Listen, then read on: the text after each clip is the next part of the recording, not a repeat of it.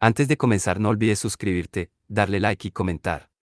Puedes seguirme en mis redes sociales para apoyarme y proponerme nuevas historias. Videos todos los lunes, miércoles, viernes y domingos. Las crónicas de Kane. La sombra de la serpiente. De Rick Riordan. 12 toros con rayos láser. Carter.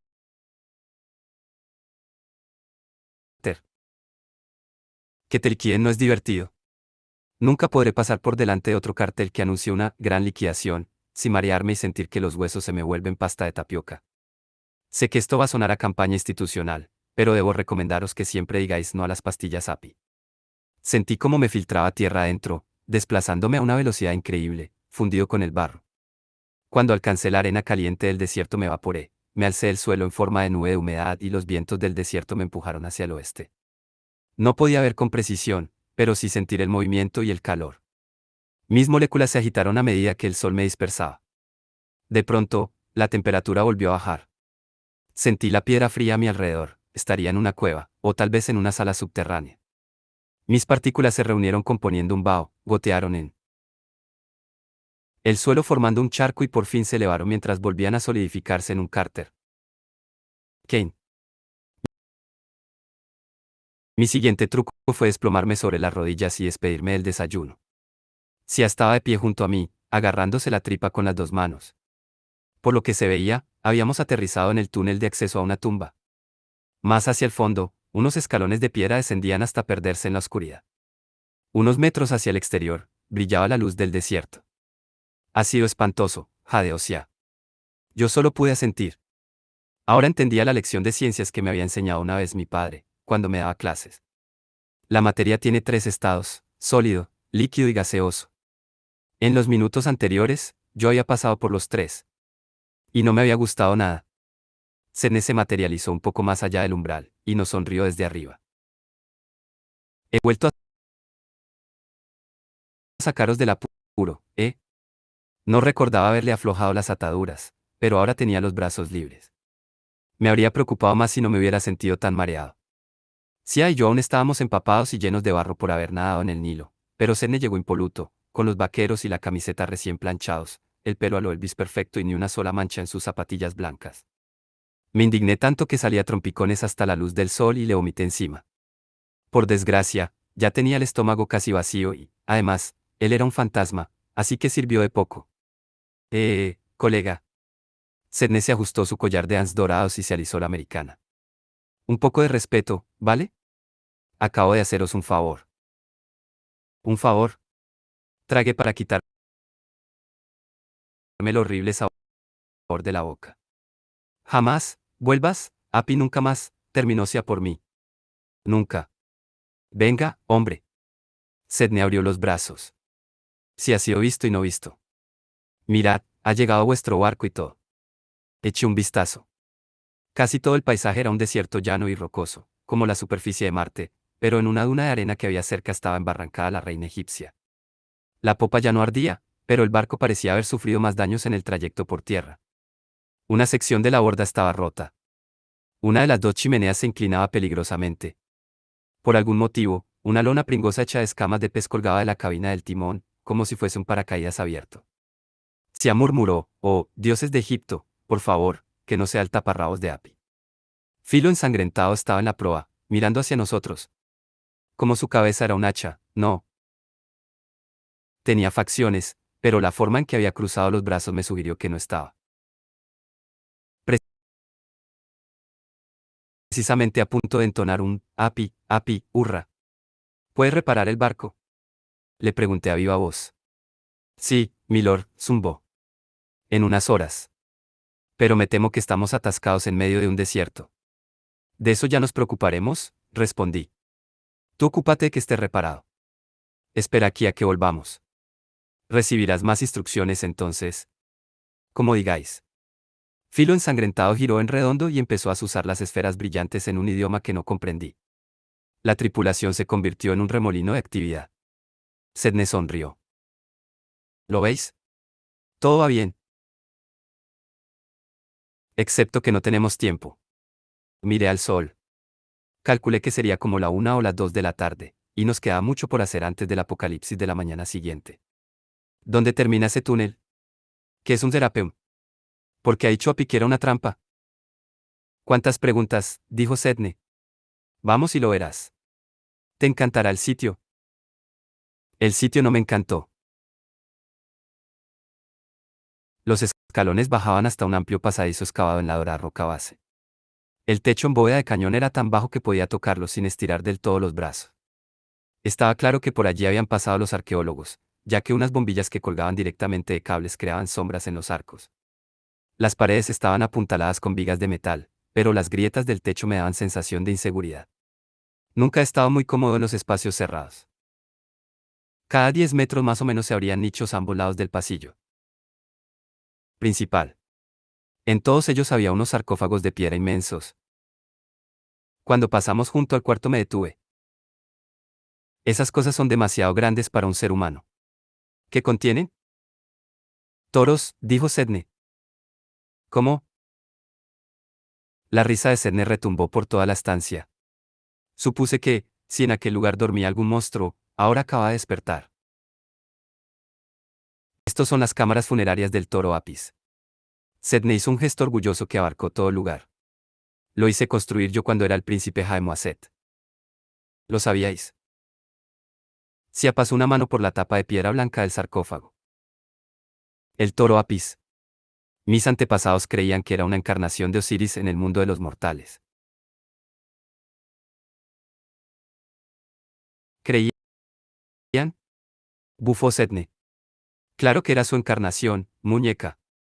Al menos en algunas ocasiones, durante los días festivos y eso.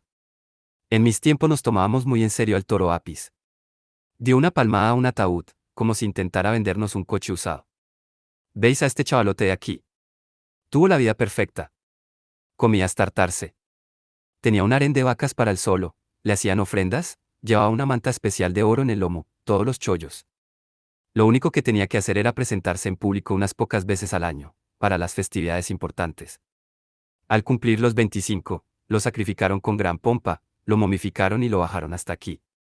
Entonces otro toro ocupó su lugar. No está mal. Ejecutado a los 25, respondí. Qué mal suena. Me pregunté cuántos toros momificados habría en aquel pasadizo. No quería averiguar. Prefería quedarme allí mismo, desde donde aún se divisaba la salida y la luz solar del exterior. ¿Y el sitio por qué se llama, cómo era? Serapeum, respondió Sia. Su cara estaba iluminada por una luz dorada. Sería la luz de las bombillas reflejada en la piedra, pero daba la impresión de que le brillaba el rostro. Iskandar, mi viejo maestro, me habló de este lugar. El toro Apis era un recipiente para la esencia de Osiris. Más adelante, los nombres se unieron, Osiris, Apis. Y luego los griegos lo acortaron como Serapis. Sedne hizo una mueca de desprecio. ¡Qué idiotas, esos griegos! Nos invadieron y se apropiaron de nuestros dioses. Os juro que no me caen nada bien. Pero es cierto, sucedió como dice ella. Este sitio pasó a conocerse como Serapeum, el hogar de los dioses toro muertos. Yo quería llamarlo el monumento Jaemoaset de la genialidad absoluta, pero mi padre dijo que Nanay. ¿Tu padre? Pregunté. Sedne descartó la pregunta con un gesto. El caso es que oculté aquí abajo el libro de Tot antes de morir, para que nadie pudiera perturbarlo jamás.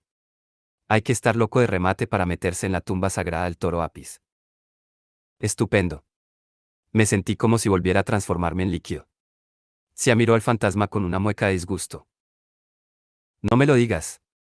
Escondiste el libro en un sarcófago de estos, junto a un toro momificado, de forma que el toro vuelva a la vida si lo abrimos. Me equivoco. Sedne le guiñó un ojo.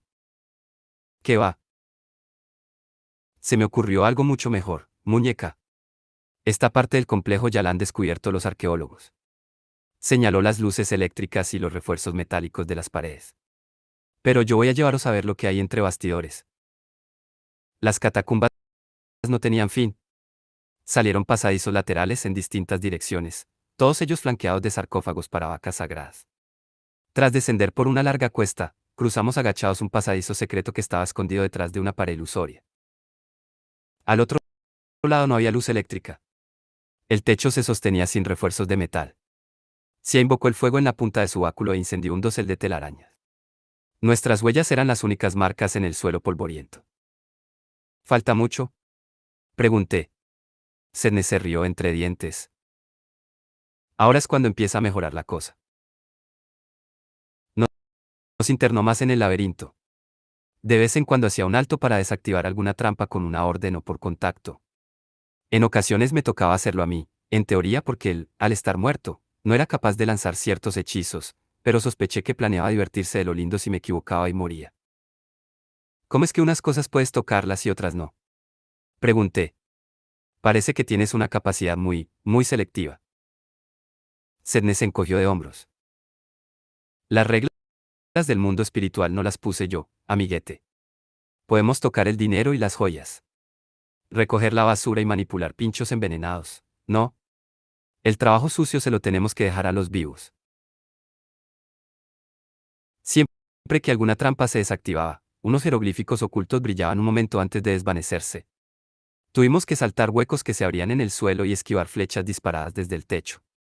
Los retratos de dioses y faraones que había en las paredes se desprendían, ganaban volumen como unos fantasmas guardianes y desaparecían. Sedne no dejó de hacernos de guía turístico en ningún momento.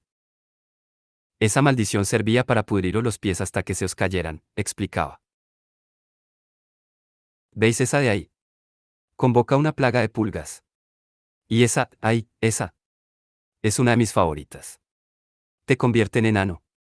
Como odio a esos tipejos bajitos. Torcí el gesto. Sedne era más bajo que yo, pero decidí pasarlo por alto. Y tanto que sí, continuó. Qué suerte tienes de haberme traído contigo, amiguete. Si no, ahora mismo serías un enano pulgoso sin pies. Y eso no es nada comparado con lo que nos espera. Por aquí. No acababa de entrarme en la cabeza que Sedne recordase el lugar con tanto detalle, con la de tiempo que había pasado, pero dejó claro que se sentía orgulloso de aquellas catacumbas. Debió de encantarle diseñar unas trampas tan atroces para matar a los intrusos. Giramos por otro pasillo. El suelo volvió a inclinarse. El techo descendió tanto que tuve que encorvarme. Procuré mantener la calma, pero empezaba a costarme respirar. Solo podía pensar en las toneladas de piedra que tenía encima, quizá al borde del derrumbamiento. Sia me cogió la mano. El túnel era tan estrecho que teníamos que recorrerlo en fila india, pero le devolví la mirada. ¿Estás bien? Pregunté. Movió los labios para que se lo leyera, cuidado con él. Asentí. Api nos había advertido sobre una trampa, pero tenía la corazonada de que aún no la habíamos visto, aunque hubiera peligros por todas partes. Estábamos solos con un fantasma asesino, a gran profundidad y en su territorio. Ya no contaba con mi hijo pez. Por algún motivo, no había podido convocarlo desde la Duat.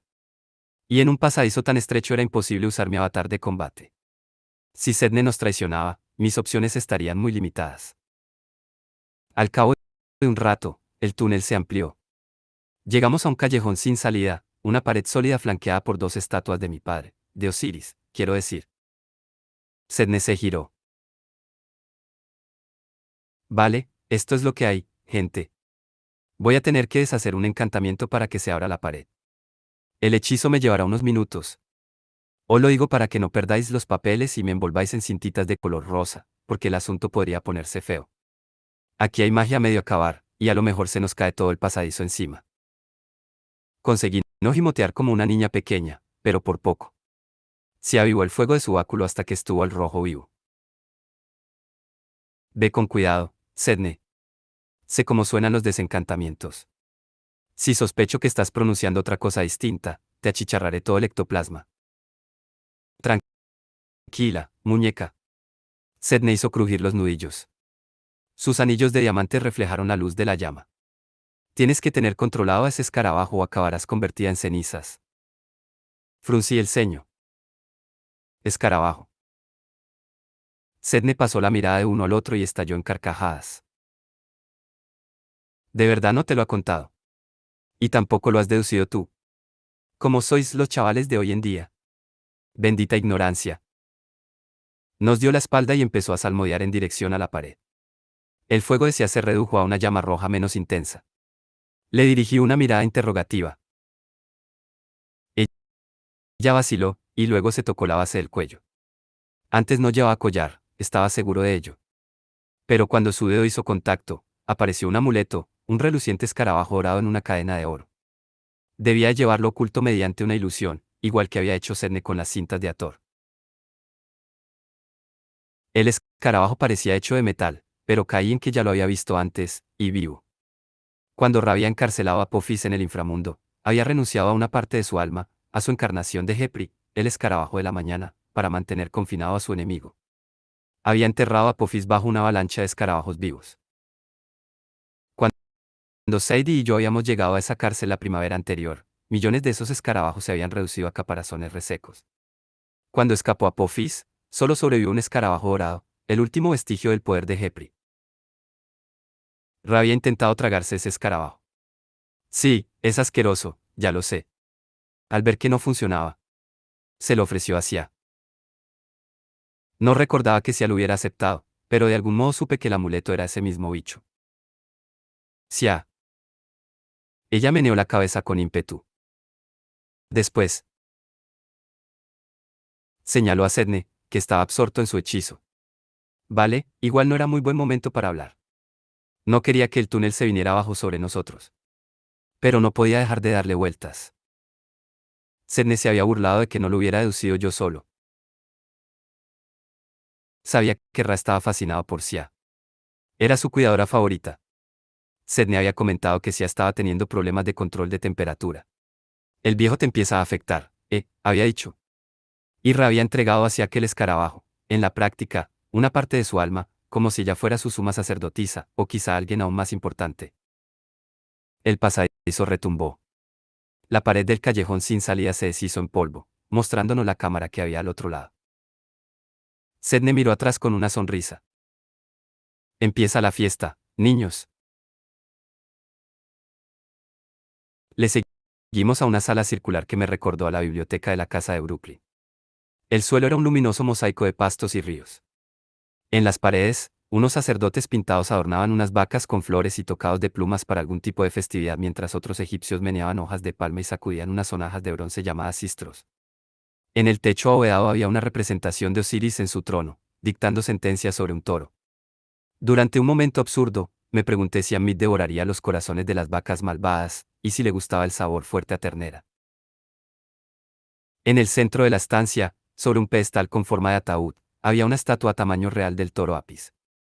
Estaba tallada en piedra oscura, basalto, tal vez, pero pintada con tanto arte que parecía viva.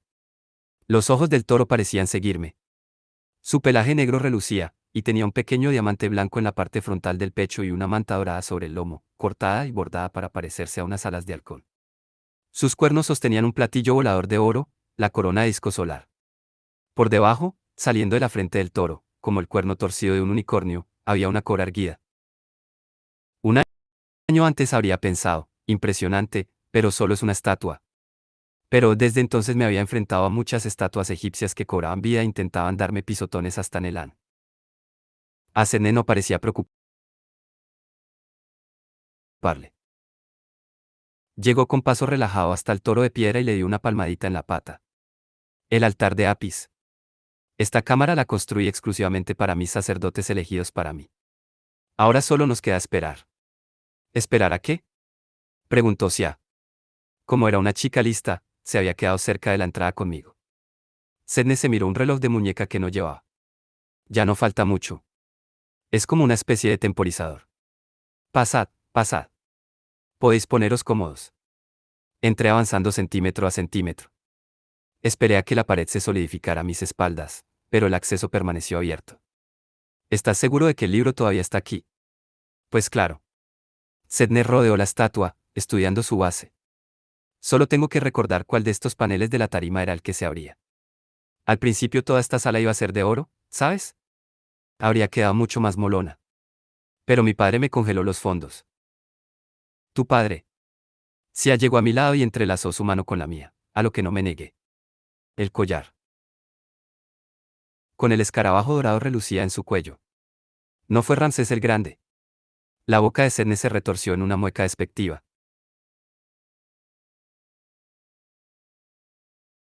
Sí, ese nombre lo acuñó su departamento de relaciones públicas. Yo prefería llamarle Ramsés II o Ramsés número 2. ¿Ramsés? Dije. ¿Su padre es ese Ramsés? Supongo que no me había parado a pensar dónde encajaba Sedne en la historia de Egipto. Mirando a aquel tipo agito y esmirriado, con su pelo saturado de gomina, la americana con hombreras y esa joya tan ridícula, nadie habría pensado que era familiar de un gobernante tan conocido. Es más, ese hecho lo convertía en familiar mío, ya que la rama genealógica de mi madre trazaba su herencia mágica hasta Ramsés el Grande. Sadie dice que me ve el parecido con Sedne. Cierra el pico, Sadie. Creo que a Sedne no le hizo gracia que me quedara impresionado. Levantó su nariz picuda hacia el techo. Precisamente tú deberías saber lo que se siente, Carter Kane, al crecer a la sombra de un padre famoso. La lucha constante por estar a la altura de su leyenda. Mírate, el hijo del gran doctor Julius Kane. Cuando por fin consigues labrarte un nombre como mago de primera fila, ¿qué hace tú? ¿Padre? Va y se convierte en un dios. Sedne rió sin humor. Yo nunca había estado resentido con mí. Padre, siempre me había gustado ser el hijo del doctor Kane. Pero las palabras de Sedne calaron en mí, y la rabia empezó a acumularse en mi pecho. Está jugando contigo, dijo la voz de Horus. Sabía que Horus tenía razón, pero no me mejoró el ánimo. ¿Dónde está el libro, Sedne? Pregunté. Basta de retrasos. No te subas por los frisos, amiguete. Ya falta poco. Alzó la mirada hacia el osiris pintado en el techo. Ahí lo tienes. Don Azulito en persona. Créeme, Carter, tú y yo nos parecemos mucho. Yo tampoco puedo ni poner el pie en Egipto sin ver la cara de mi padre. ¿Aún sin ver? Ahí está papi Ramsés mirándome mal. 4 copias de él, cada una de 20 metros de altura. Es como una pesadilla. La mitad de los templos de Egipto los ordenó construir él y, claro, les puso estatuas de sí mismo. Tan raro es que yo quisiera convertirme en el mejor mago del mundo. Intentó sacar su pecho raquítico. Y eso fue exactamente lo que hice. Lo que no comprendo, Carter Kane, es porque no has reclamado todavía el trono del faraón. Tienes a Horus de tu parte, ansioso de poder.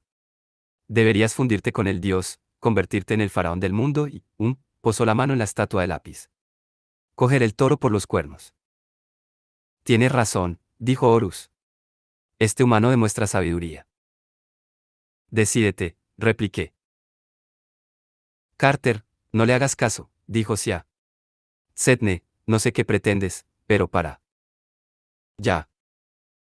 ¿Qué pretendo? Mira, muñeca. No me llames así, exclamó Sia. Oye, que estoy de vuestra parte, nos aseguró Sedne. El libro está aquí mismo, dentro de la tarima. En cuanto el toro se mueva. ¿El toro se mueve? Pregunté. Sedne entrecerró los ojos. No lo había mencionado. Saqué la idea de una fiesta que celebrábamos en los viejos tiempos, el Festival de C. Era lo máximo. ¿Alguna vez habéis estado en un encierro de toros de esos que hacen en... ¿Dónde era? En España. Pamplona, sí, respondí.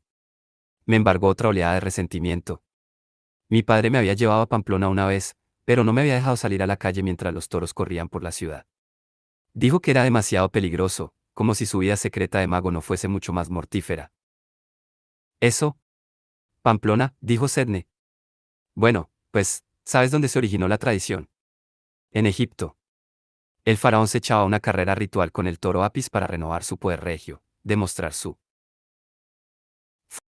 fuerza, recibir la bendición de los dioses, las chorradas de siempre. Más tarde pasó a ser una farsa, sin ningún peligro real. Pero al principio sí que era auténtico. A vida o muerte. Cuando pronunció la palabra muerte, la estatua del toro se movió.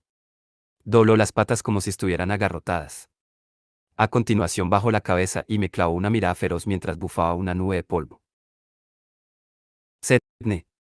Extendí la mano para reclamar mi espada, pero por supuesto no estaba. Haz que pare o te envolveré en cintas tan rápido que... Yo en tu lugar no lo haría, me avisó Sedne. Verás, yo soy el único que puede sacar el libro sin que lo fulminen unas 16 maldiciones distintas. El disco solar dorado refulgió entre los cuernos del toro. La cobra de su frente empezó a retorcerse, silbar y escupir fuego. Sia sacó su varita. ¿Eran imaginaciones mías o el escarabajo de su collar empezaba a soltar vapor? Detén a esa criatura, Sedne, o te juro que... No puedo, muñeca. Lo lamento. No sonrió desde detrás de la tarima del toro, sin aspecto, en realidad, de lamentarlo mucho. Forma parte del sistema de seguridad, ¿entiendes? Si queréis el libro, tendréis que distraer al toro y sacarlo de aquí mientras yo abro la tarima y recojo el libro de Tot. Tengo una fe absoluta en vosotros. El toro rascó su pedestal con una pezuña antes de saltar. Se atiró de mí hasta el pasaje por el que habíamos entrado. Eso es, gritó Sedne. Igual que en el festival de Sed. Demuestra que eres digno del trono del faraón, chaval. Corre o muere. El toro embistió. Una espada me habría ido de maravilla. También me habría conformado con el capote y el estoque que usan los toreros. O con un fusil de asalto. Pero Sia y yo tuvimos que deshacer nuestro camino, recorriendo las catacumbas a la carrera, y no tardamos en darnos cuenta de que nos habíamos perdido. Dejar que Sedne nos guiara en aquel laberinto había sido una estupidez. Tendría que haber ido soltando miguitas de pan, o marcar las paredes con jeroglíficos, o algo. Albergué la esperanza de que los túneles fueran demasiado estrechos para el toro Apis, pero no hubo suerte. Oía las paredes de piedra retumbar por detrás de nosotros mientras el toro las rascaba en su avance. Hubo otro sonido que me gustó menos todavía, un zumbido grave seguido de una explosión. No sabía lo que era, pero me sirvió de incentivo para correr más deprisa. Debimos de recorrer una docena de pasadizos. En cada uno había unos 20 o 30 sarcófagos. Era increíble la cantidad de apis que habían terminado momificados allí abajo. Siglos y siglos de toros. Por detrás, nuestro monstruoso amigo de piedra bramaba mientras se abría paso violentamente por los túneles. Miré hacia atrás un momento y me arrepentí al instante. El toro nos ganaba terreno a buen ritmo, mientras la cobra de su frente escupía fuego. Por aquí, gritó Sia. Me metió en un pasillo lateral. Al fondo, por una entrada abierta, se colaba lo que parecía ser luz solar. Apretamos el paso en esa dirección. Esperaba que fuese una salida al exterior, pero acabamos deteniéndonos con torpeza en otra estancia circular. En el centro de aquella no había ninguna estatua de toro, pero sí 4 sarcófagos gigantes de piedra repartidos por su circunferencia. Las paredes mostraban escenas del paraíso bovino, toros pastando, toros de juerga en la pradera, toros siendo objeto de la adoración de los pequeños y tontos seres humanos. El sol entraba por un agujero en el techo abovedado, a unos 6 metros de altura. Un haz de luz atravesaba el aire polvoriento y caía como un foco en el centro del suelo, pero no había forma de escapar por el agujero. Aunque me transformara en halcón, la abertura era demasiado estrecha, y de todas formas no pensaba dejar sola hacia. No hay salida, me dijo. Mu. El toro Apis ocupaba toda la entrada, impidiéndonos el retroceso. La cobra que le servía de capucha siseó hacia nosotros. Retrocedimos por la sala hasta que nos iluminaron los cálidos rayos solares. Sería un destino cruel morir allí, atrapado bajo miles de toneladas de roca pero pudiendo ver el sol. El toro rascó el suelo con la pata. Dio un paso adelante y vaciló, como si le molestara la luz. A lo mejor puedo hablar con él, sugerí. Está relacionado con Osiris, ¿no? Si me miró como si estuviera loco, que lo estaba, pero no se me ocurría nada mejor. Preparó su varita y su báculo. Te cubro. Avancé hacia el monstruo y le enseñé mis manos vacías. Toro bonito. Soy Carter Kane. Osiris es mi padre, más o menos. ¿Qué tal si declaramos una tregua ahí? La cobra me lanzó una llamarada a la cara. Me habría convertido en un Carter extracrujiente, pero Sia gritó una palabra de mando. Mientras yo retrocedía tambaleándome, su báculo desvió el ataque, absorbiendo las llamas como si fuera una aspiradora. Sia separó el aire con su varita y una brillante muralla de fuego rojo se encendió alrededor del toro Apis. Pero el toro se quedó quieto en el sitio y nos miró con furia, completamente ileso. Sia soltó una palabrota.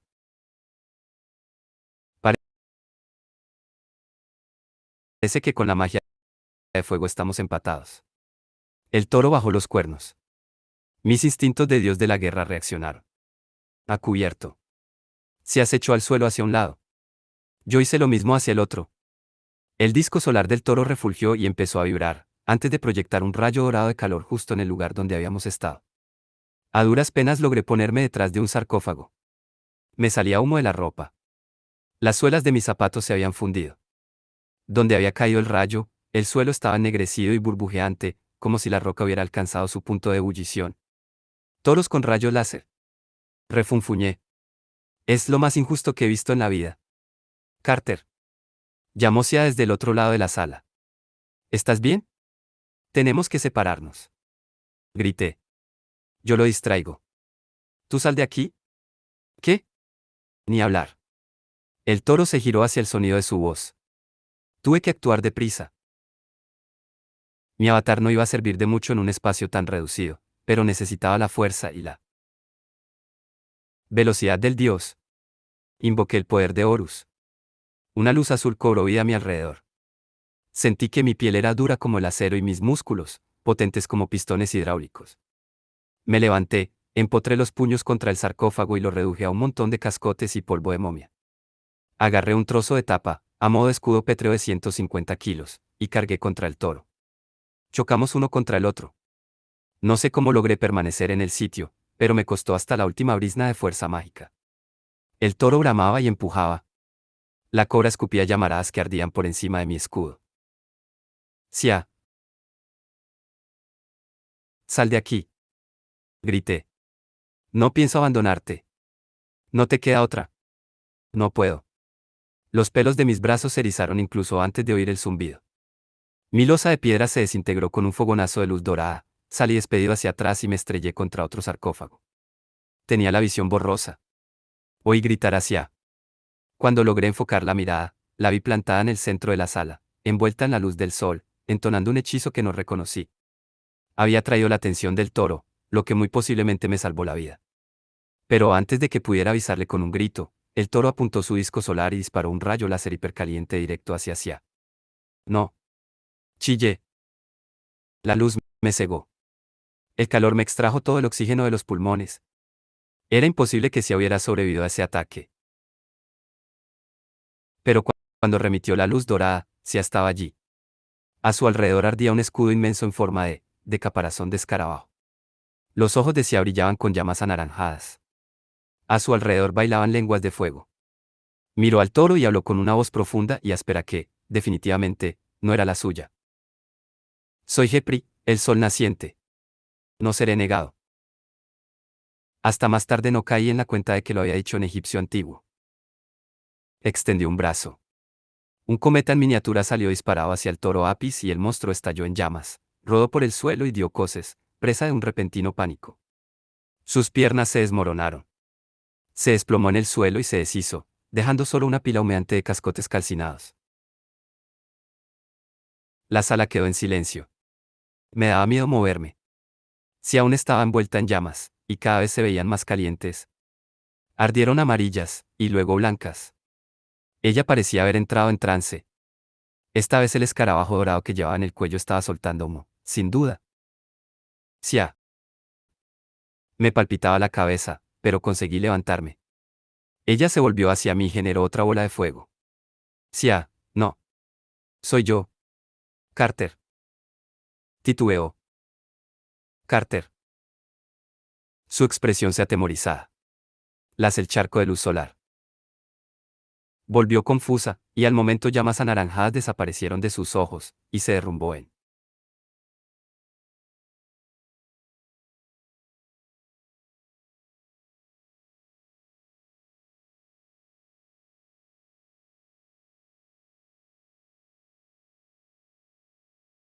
el charco de luz solar. Volvió confusa, y al momento llamas anaranjadas desaparecieron de sus ojos, y se derrumbó en. Corrí hacia ella. Intenté acomodarla sobre mí, pero su piel ardía demasiado para tocarla.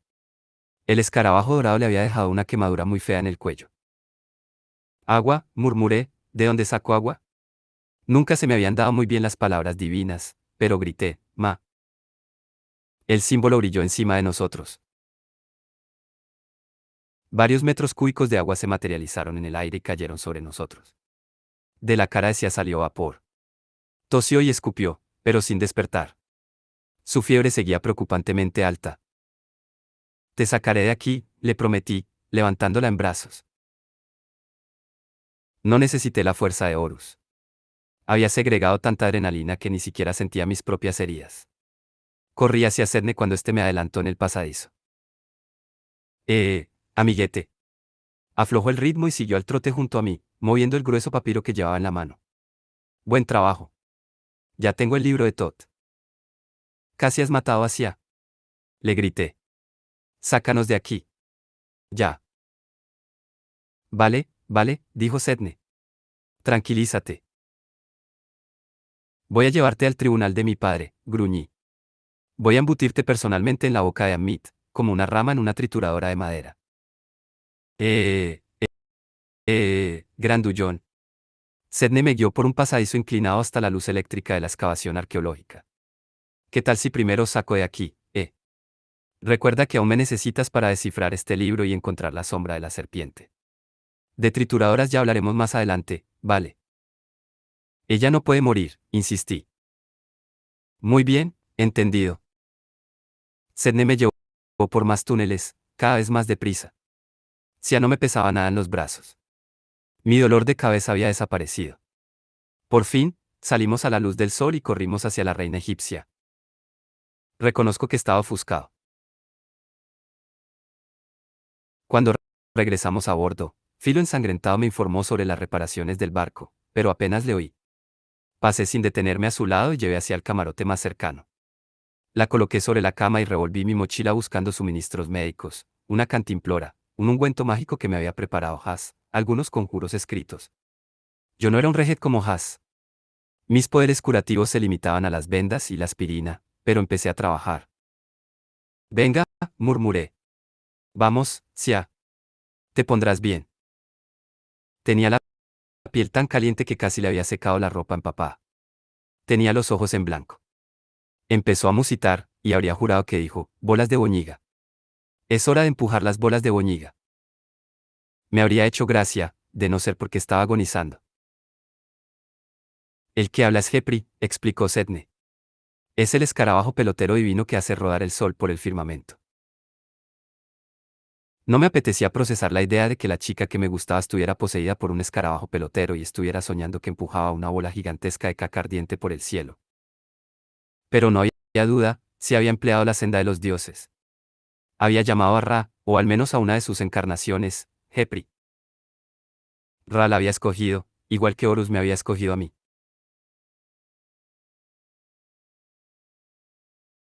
De pronto, vi la lógica que Apophis hubiera destruido el pueblo de Sia cuando ya era pequeña, y aquel viejo lector jefe Iskandar se hubiera tomado tantas molestias para adiestrarla y luego ocultarla mediante un letargo mágico. Si ella poseía el secreto para despertar al dios solar. Le froté un poco de ungüento en el cuello. Le puse un paño frío en la frente, pero no logré ningún resultado. Me giré hacia Sedne. Cúrala. Esto, hizo una mueca. Verás, es que la magia curativa no es lo mío. Pero al menos tienes el libro de Tot. Si muere, no habrá sido en vano, si muere, le advertí, No se me ocurría una tortura lo bastante dolorosa. Veo que necesitas un poco de tiempo, dijo Sedne. No hay problema. ¿Qué tal si voy a decirle a tu capitán hacia dónde vamos? Deberíamos regresar a la Duat y surcar el río de la noche lo antes posible. Tengo tu permiso para darle órdenes. Que sí. Grité. Sal de aquí ahora mismo. No sé cuánto tiempo pasó. La fiebre se pareció remitir un poco. Su respiración empezó a